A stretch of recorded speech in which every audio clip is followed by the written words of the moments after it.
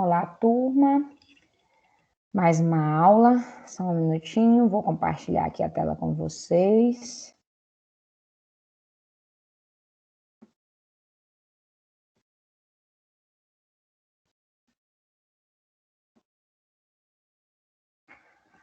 Agora a gente vai falar sobre a dimensão administrativa.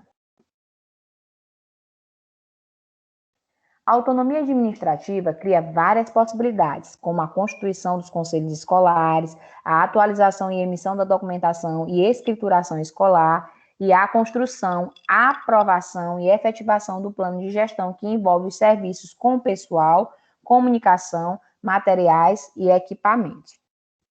Então, vocês têm que entender que toda escola tem autonomia administrativa, principalmente as escolas que possuem caixa escolar, que além da questão da autonomia de emissão de documentos, determinar a forma como os servidores vão estar trabalhando lá dentro da escola, também vão ter autonomia para fazer a compra daquilo que a escola necessita. Isso baseado em quê?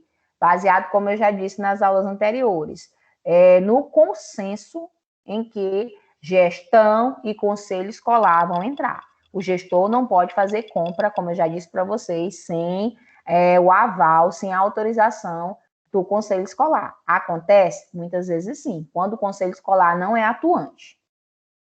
Nessa dimensão, cabe à escola organizar a rotina de trabalho técnico-administrativo como uma prática aliada às ações propostas no PPP da escola, superando a velha prática que separa o pedagógico do administrativo.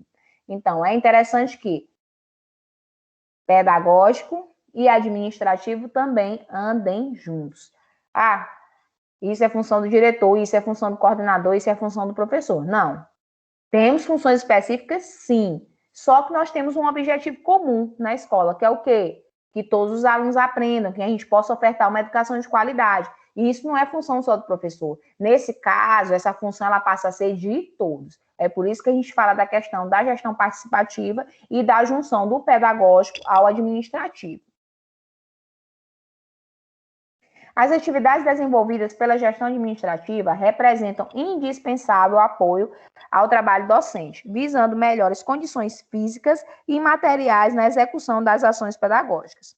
Por meio de um trabalho coletivo, a gestão administrativa passa a ser vista como uma organização viva que atua empregando recursos disponíveis, cujas diretrizes são fundamentadas pelo regimento escolar. Então, tudo que você vai fazer na escola tem que estar dentro do regimento escolar. Você não pode dizer para um aluno, faça isso, vamos lá. O aluno vai de bermuda para a escola. Ele pode alegar que ele quer ir de bermuda para a escola. Se não estiver no regimento escolar, ele provavelmente consiga, entendeu? Mas se está lá no regimento escolar, que o fardamento é uma calça, então, o gestor, a coordenação, tem todas as armas para quê? Para obrigar aquele aluno a usar uma calça. Se está dizendo lá no regimento que é obrigatório o uso de sapato, e o aluno vai de chinelo e você volta ele vai lá no Ministério Público lhe denunciar, você pode mostrar para o promotor, tá aqui, ó, tá no regimento, o aluno ele tem que vir de chinelo. Agora, preste atenção no detalhe, esse aluno tem que ser notificado. Você não pode simplesmente, o aluno veio um dia de chinelo, você diga para ele, não pode, ou então veio um dia de bermuda, tá? Não pode, tá? Porque também você não pode impedir esse aluno de assistir a aula. Então, é por isso que é muito importante que antes do início do período letivo, os professores, juntamente com a gestão e com a coordenação, façam uma reunião e expliquem esses detalhes para os pais, que muitas vezes não são explicados. Aí se subtende que o quê? Que o pai já tem que saber disso, que o aluno já tem que saber disso, mas às vezes, ou na maioria das vezes, tanto o pai quanto o aluno não sabem. Ou até sabem, mas se fazem de esquecidos. Outro aspecto da dimensão administrativa estão presentes na rotina organizacional da escola e são importantes meios de gestão em busca dos fins propostos no PPP. Essas rotinas no campo da gestão administrativa representam meios adequados e suficientes para assegurar aos alunos, aos serviços administrativos e pedagógicos e aos professores todas as condições para desenvolvimento do trabalho e garantir qualidade de ensino. Isso é uma citação de Libânio, né? Esses outros aspectos serão a seguir detalhados. A gente vai ver eles aqui passo a passo. Tá? Nós temos o quê? Nós falamos ali atrás sobre o regimento escolar. O que é esse regimento escolar, gente? É um instrumento indispensável para o funcionamento de qualquer instituição de ensino. É um documento legal que expressa um conjunto de normas e regras e regula as atividades desenvolvidas por cada segmento da comunidade escolar e legalizadas pelo Conselho Municipal de Educação. O regimento tem como finalidade a organização curricular, administrativa e pedagógica da unidade de ensino.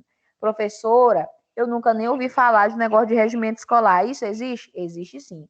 Toda escola tem que ter o seu regimento, tá? Por mais que diga que não tenha, mas tem. Só se o gestor perdeu, o anterior levou e não deixou para o atual. Mas toda escola tem que ter o regimento escolar. É um documento, não é que seja mais importante do que o PPP, mas as escolas só funcionam se tiver ele, tá? Até para registrar, tudo direitinho para ter o funcionamento legalizado. O referido documento deve sintetizar o regime escolar, os planos de estudos, os planos de trabalho do professor, o plano integrado da escola, a proposta político-pedagógica, o regime de matrícula, a metodologia de ensino, ano letivo, calendário escolar e a metodologia de avaliação, garantindo assim a gestão da escola, o fortalecimento da autonomia pedagógica, a valorização da comunidade escolar e, consequentemente, a qualidade do ensino ofertado. Olha a quantidade de coisas que abarca, né, essa questão do regimento. Vamos aqui mais para frente. É imprescindível a socialização do regimento com toda a comunidade escolar. Então, como eu disse para vocês, todo mundo tem que ter conhecimento. Só um minutinho. Vamos lá, deixa que eu me perdi aqui. Para que conheçam seus direitos e deveres. Então, lá no regimento tem que ter tanto deveres quanto direitos. Na verdade, muitas pessoas só querem focar nos direitos, né? E acabam esquecendo dos deveres, com vistas a possibilitar que todos os segmentos da escola cumpram todas as normas e regras que regulamentam as atividades escolares. Outro detalhe, esses direitos e esses deveres não são só para os alunos, tá? São para todos, servidores, gestão, professores, demais funcionários e até mesmo para os pais. O que é dever do pai e o que é direito do pai. Vamos lá para o censo escolar. Na portaria ministerial número 286, de 7 de julho de 2007, o censo escolar é um levantamento de informações estatístico-educacionais de âmbito nacional, que abrange a educação básica em todos os níveis, educação infantil, ensino fundamental e ensino médio, e modalidades de educação especial e educação de jovens e adultos. A data de referência para início do levantamento do censo escolar é definida pela portaria ministerial 264 de 2007. Sendo a última quarta-feira do mês de maio, tá? Em 2017, o censo escolar foi realizado em 2 etapas por todas as escolas públicas e privadas através do sistema Educacenso. É o quê? O que a gente lança lá no censo? Os alunos que estão matriculados. Simples assim. Por quê? Porque o governo tem que ter noção dos alunos que eu tenho na minha rede de ensino. Para quê? Para o financiamento, né? Para que venha recursos para as escolas mediante a quantidade de alunos. Outro detalhe que é muito importante é que, mediante esse censo escolar, o governo ele lançou um programa chamado Busca Ativa. Tá? Esse Busca Ativa é uma possibilidade que a gente tem de estar alimentando o sistema com aqueles alunos que se evadem, que saem da escola e não retornam mais. Seja ele por qualquer motivo, tá? Seja ele por N motivos. O interessante é que você faça esse levantamento na escola, tá? E verifique. Para quê? Para que você possa ir atrás desses alunos, para que eles possam retornar para as suas escolas de origem. Aí nós temos aqui, ó, primeira etapa do censo escolar, ocorre o levantamento de dados. Segunda etapa do censo escolar, ocorre a atualização do cadastro da escola, matrícula inicial, turmas e docentes. Na segunda etapa, a escola faz o levantamento dos seus resultados finais e atualiza o módulo situação do aluno, devendo informar rendimento, se o aluno foi aprovado ou se ele foi reprovado, movimento, abandono, admitidos após o censo, transferidos e falecidos. Tudo isso tem que ser colocado, tem que se alimentar esse sistema sempre. Concluinte do ensino fundamental, que saiu do ensino fundamental e agora está indo para o ensino médio, e EJA, tá? Esta etapa do censo escolar é levantada após o encerramento do ano letivo, nos meses de fevereiro e março do ano subsequente, cujo resultado servirá como base para o cálculo do Indicador de Desenvolvimento da Educação Básica, que é o IDEB, de grande repercussão nacional, tanto para escolas e os municípios que obtiveram um bom desempenho, como para os que tiveram baixo desempenho. É uma outra forma também que o governo tem de saber a quantidade de alunos, tá? Quando ele vai fazer essa aplicação dessa prova. Detalhe, nós estamos em 2021, mas o censo que vai valer para 2021 é o de 2020. Em que sentido? Esse ano nós teremos a SAEB, né? Então, a quantidade de provas vai vir baseada no censo do ano passado. Então, se eu tenho hoje 25 alunos matriculados no 9º ano e o ano passado eu só tinha 19, só virão 19 provas. Professora, mas isso é errado. De certa forma, sim, mas não tem como a gente fazer o censo dentro do ano, sempre, porque aí as verbas não iriam vir no tempo hábil, tá? E o censo é um levantamento demorado. Então, demoraria muito tempo, mais uma vez, para vir essa questão das verbas, para saber o levantamento dos alunos. Qual a finalidade do censo escolar? Os dados apurados anualmente pelo censo escolar servem de base para a determinação dos coeficientes que serão parâmetros para a distribuição dos recursos do Fundo de Manutenção e Desenvolvimento da Educação Básica e Valorização dos Profissionais da Educação, Fundeb. Livro didático, alimentação escolar, recurso financeiro direto para a escola, transporte escolar e outros programas e projetos das secretarias estaduais e municipais de educação. Como eu disse anteriormente, esses programas, gente, demandam o quê? Financiamento, dinheiro, vem dinheiro, tá? Então, o dinheiro não vem à toa, não vem de qualquer jeito, vem dependendo da quantidade de alunos que eu tenho matriculado. Responsabilidade dos gestores na realização do censo escolar. Responder ao censo escolar da educação básica através do sistema EducaCenso, responsabilizando-se pela exatidão, qualidade, veracidade e fidedignidade das informações prestadas pela escola em todas as etapas do processo censitário, englobando alunos, turmas, escolas e docentes. Acompanhar, controlar e monitorar o trabalho do secretário escolar no processo de digitação e informações prestadas ao censo escolar da educação básica. Cumprir e fazer cumprir as normas, regulamentos e prazos estabelecidos. Atender a superintendência de estatísticas na análise e verificação de possíveis erros e impropriedades, fazendo as devidas correções no prazo estabelecido. Estar ciente de que omitir, alterar, inserir dados falsos ou modificados em documentos públicos com o fim de prejudicar direito, criar obrigações ou alterar a verdade é crime tipificado no Código Penal. Manter os diários de classe, pastas e arquivos organizados e atualizados no que se refere à vida escolar dos alunos. Guardar sigilo absoluto sobre os dados individualizados de alunos e dos docentes. O que acontece? Professora, pelo amor de Deus, como é que eu vou fazer tudo isso? Eu sou diretor e vou ficar doido? Não. Isso seria uma função do diretor. Só que nós temos um técnico na Secretaria de Educação que faz isso aqui. Nós temos uma pessoa específica, isso em todas as secretarias, gente. Tem uma pessoa específica para fazer esse trabalho. O que é que o gestor faz?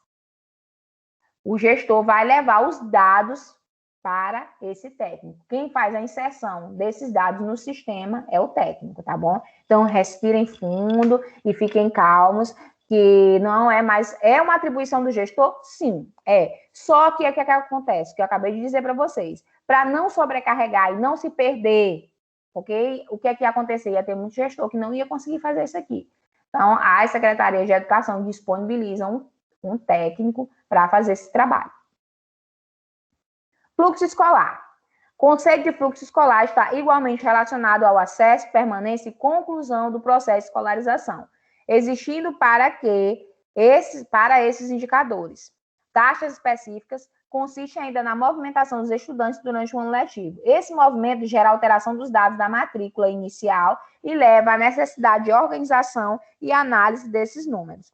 É do fluxo escolar que extraímos as taxas de aprovação, reprovação, transferência e abandono escolar. Para ser bem mais fácil de vocês entenderem, quem já trabalha em escola sabe mais ou menos o que vem a ser esse fluxo. No final do ano, gente, e também no decorrer do ano, quem tem aluno que recebe Bolsa Família, vocês recebem um relatóriozinho que vocês têm que fazer o preenchimento dele, a frequência escolar. Nessa frequência escolar, você informa se o aluno está ou não está frequentando. Existe um percentual. Se o aluno extrapola aquele percentual, o Bolsa Família dele pode ser suspenso. Tá? Nesse caso aqui, outro exemplo que eu quero dar para vocês é quando se encerra o ano, que são feitas as atas. Tá? Quando você vai preencher uma ata, você coloca aprovados, reprovados, desistentes e por aí vai. Então, através dessa ata também tem como você saber a questão do fluxo escolar, porque você vai verificar lá quantos alunos foram aprovados, quantos alunos foram retidos, os alunos que desistiram, os alunos que foram transferidos e assim sucessivamente.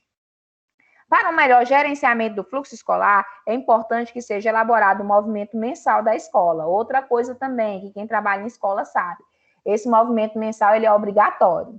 Neste documento deve constar o número de alunos matriculados, tá, por turno, o nome, matrícula, formação, componente curricular que leciona e carga horária de todos os professores mapeados e por turno. Consta também o nome dos professores que estão em desvio de função, tá?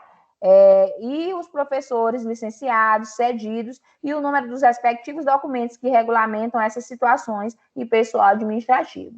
Isso aqui é burocracia, mas essa burocracia existe e tem que estar o quê? Essa documentação tem que estar dentro da escola. Porque, eu tenho um professor meu que é permutado, por exemplo, veio o outro permutante para cá. Eu não sei quem foi permutado, eu não sei quem é o permutante, eu não sei qual era a escola do permutante, e aí você fica doido se um dia vem alguém e precisa dessa informação, você não vai saber dar. Então, por isso é que é interessante que você registre todos esses dados. Matrícula. O processo de inscrição dos estudantes deve obedecer às normas expedidas pela Secretaria Municipal de Educação em consonância com a legislação em vigor. A matrícula na escola envolve a renovação da matrícula dos estudantes já pertencentes à escola. A escola vai o quê? Rematricular.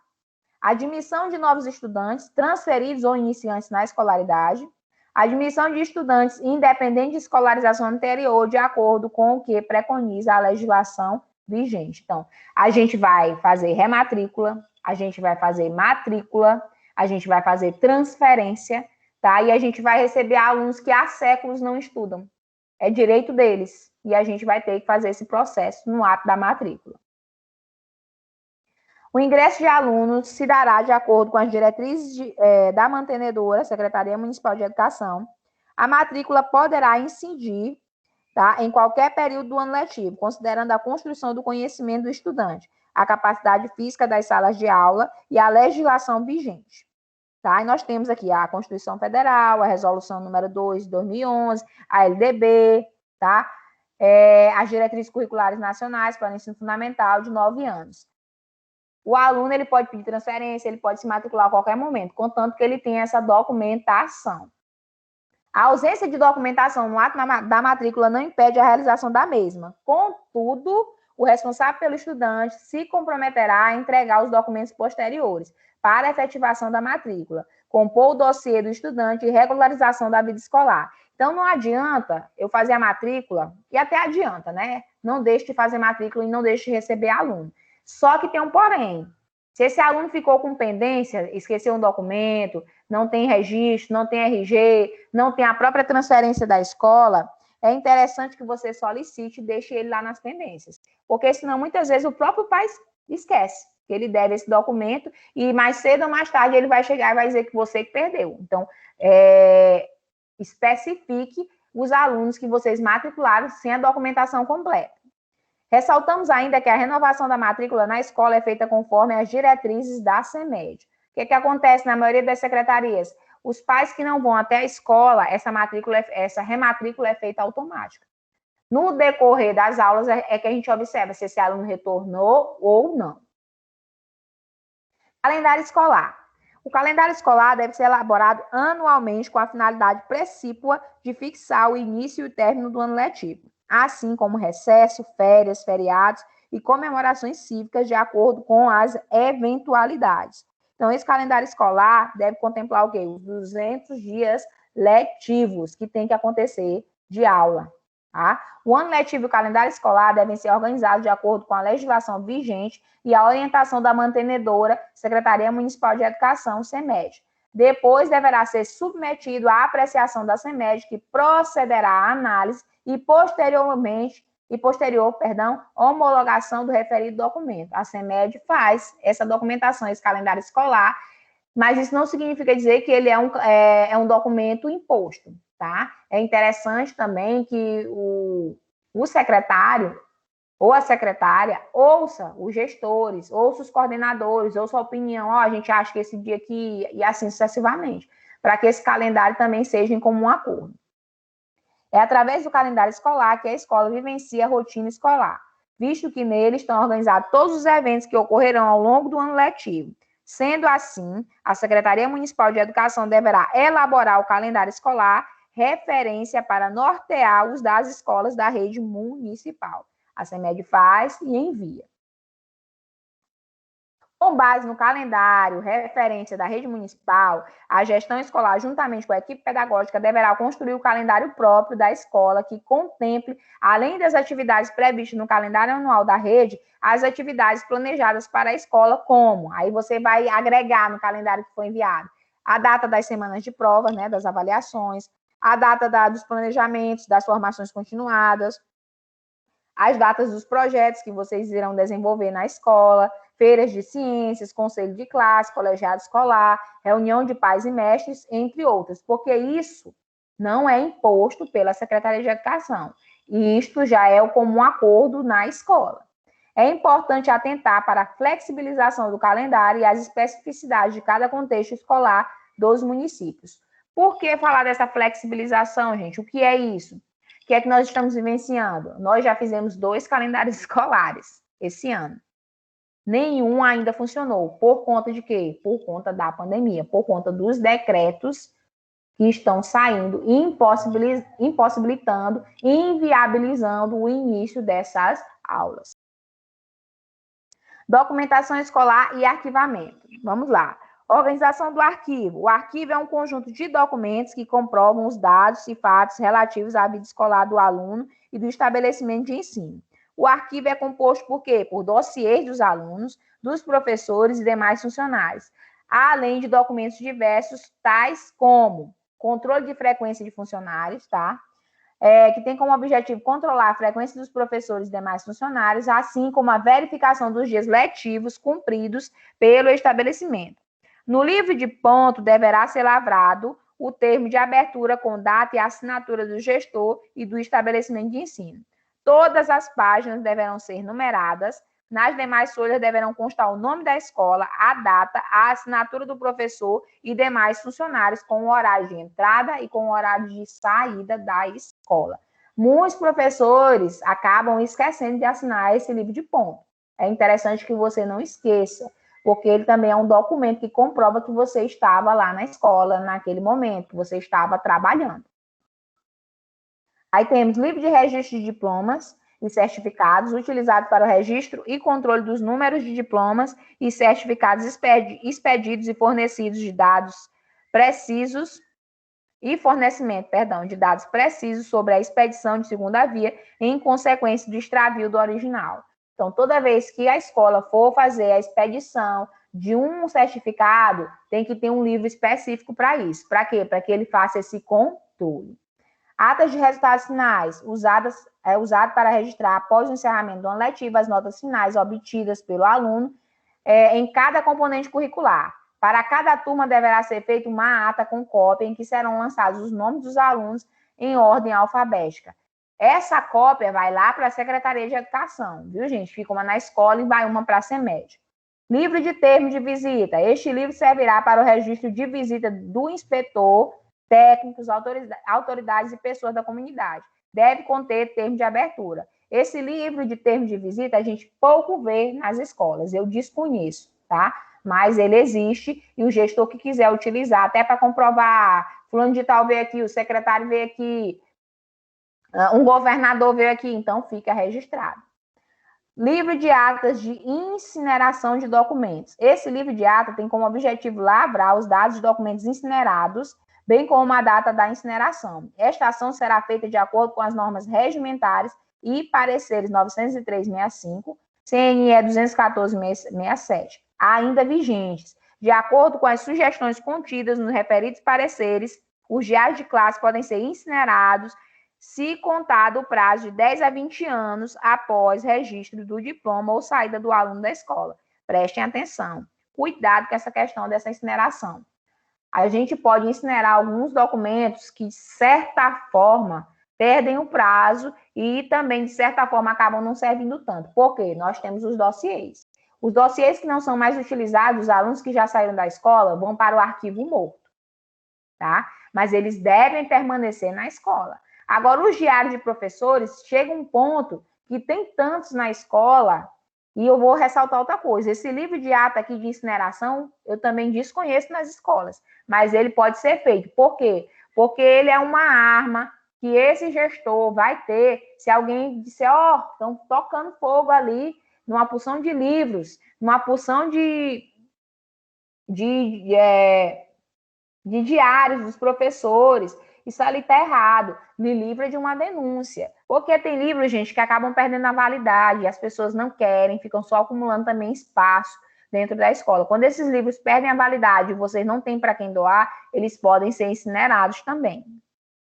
Documentados, tá? Não esqueçam disso, pelo amor de Deus. Diários de classe. Os diários de classe têm como objetivo registrar e controlar a frequência e o aproveitamento dos alunos, tá? Bem como a execução do conteúdo programático de cada aula, podendo ser utilizado também na versão eletrônica, que é o que está muito na moda. Muitos municípios já estão deixando de lado o diário manual e utilizando só o diário virtual. Dossiê do aluno, tá certo? Arquivo em que se encontram todos os documentos referentes à vida escolar do aluno.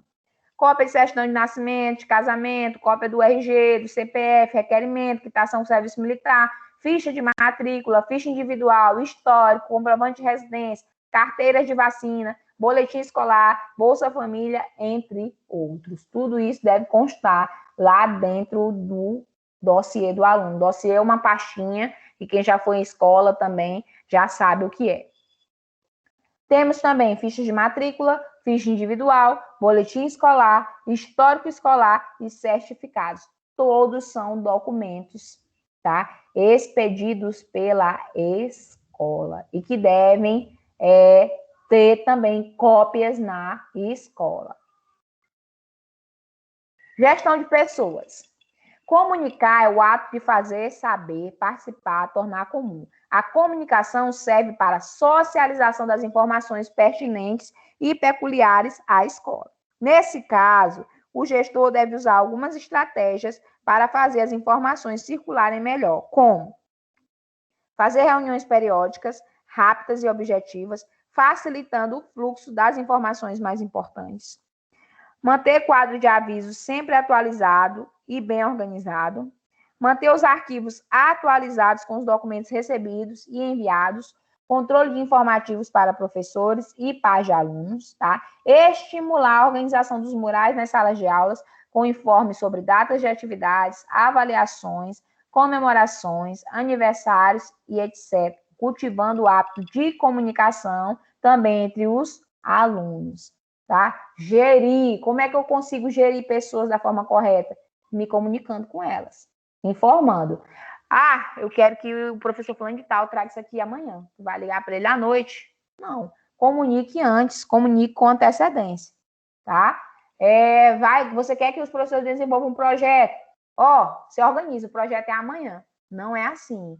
Vamos lá, vamos sentar, vamos dialogar, vamos marcar, vamos publicar lá no quadro de aviso, para que todos estejam preparados para isso. Às vezes acontecem reuniões que um professor falta. Coloque lá no mural as pautas da reunião para que esse professor que faltou saiba o que é que foi tratado. Teve uma reunião de pais, muitos pais se ausentaram, não participaram. Faça a mesma coisa, coloque as pautas da reunião para que o pai, quando for deixar o filho ou quando for à escola, observe que aconteceu aquilo e o que é que foi falado nessa reunião. Impedir a circulação de fofocas nos corredores, cortando qualquer informação desencontrada entre os servidores. Às vezes, uma coisa que você fala aqui, vira uma fofoca lá. Então, é por isso que é bom que você registre, que você fundamente, que você coloque lá no mural, para que as interpretações dos professores não sejam diferenciadas. Informar sempre por meio de gráficos e relatórios toda a comunidade escolar, especialmente pais e professores, sobre o rendimento escolar dos alunos, sejam eles progressos ou não. Apresentar à comunidade escolar pelo mural a prestação de contas dos gastos realizados, cumprindo com a autonomia da gestão financeira da escola. Mostrar como você está gastando o dinheiro que você recebe, que não é seu, o dinheiro é da escola. Estabelecer um local para colocar catálogos, revistas, jornais e informativos. Está finalizando, gente. É uma aula um pouco longa, mas a gente está chegando ao fim. Gestão de parcerias. A escola que busca o enfrentamento dos desafios atuais existentes na sociedade necessita desenvolver parcerias que fortaleçam suas ações e práticas, tendo em vista o cumprimento de sua função social e a formação cidadã. Cabe ao gestor, tá, escolar apropriar-se de uma gestão empreendedora a fim de atender, só um minutinho, a fim de atender às necessidades concretas que surgirão dos conflitos inevitáveis entre diferentes gerações, diferentes culturas e diferentes interesses que convivem no espaço-tempo da comunidade escolar. As oportunidades externas e internas que podem ajudar na solução e no atendimento das necessidades. A escola não funciona só, isso você já tem plena convicção. Mas a gente também pode ter outras parcerias fora aquelas pessoas que já têm uma ligação direta com a escola. Então, aqui eu coloquei alguns para que vocês entendam. Vamos lá. Oportunidades externas, Secretaria de Assistência Social, Secretaria de Saúde, Ministério Público, Conselho Tutelar, Polícia Militar, Secretaria de Igualdade Racial, empresas locais, Secretaria de Agricultura, organizações não governamentais, universidades, igrejas, Secretaria de Direitos Humanos e Participação Popular. Então, a Secretaria de Educação, na verdade, vamos para as escolas. As escolas podem manter um relacionamento de troca com essas instituições e outras mais, tá bom? Dependendo do interesse de ambas, tanto da escola quanto da própria instituição. E oportunidades internas, gestão com postura empreendedora, compartilhamento de ideias e tomadas de decisão pelos profissionais da escola, envolvimento e comprometimento de todos os profissionais, tá? Da escola na busca de atendimento às necessidades, delegação de responsabilidades, tá? Dar responsabilidades para todos, dependendo do cargo que exerce, mas essa responsabilidade pode ser dada sim. Envolvimento de pais e responsáveis, tá? Então, nós podemos ter parcerias tanto externas quanto as parcerias internas. E agora, a atividade. Baseado na aula de hoje, explique de forma sucinta como o professor pode contribuir para que a dimensão administrativa da escola funcione da melhor maneira, né? De que forma o professor pode ajudar a que a administração da escola funcione da melhor forma possível. Então, gente, eu agradeço a atenção, tá? E até a próxima aula. Um abraço.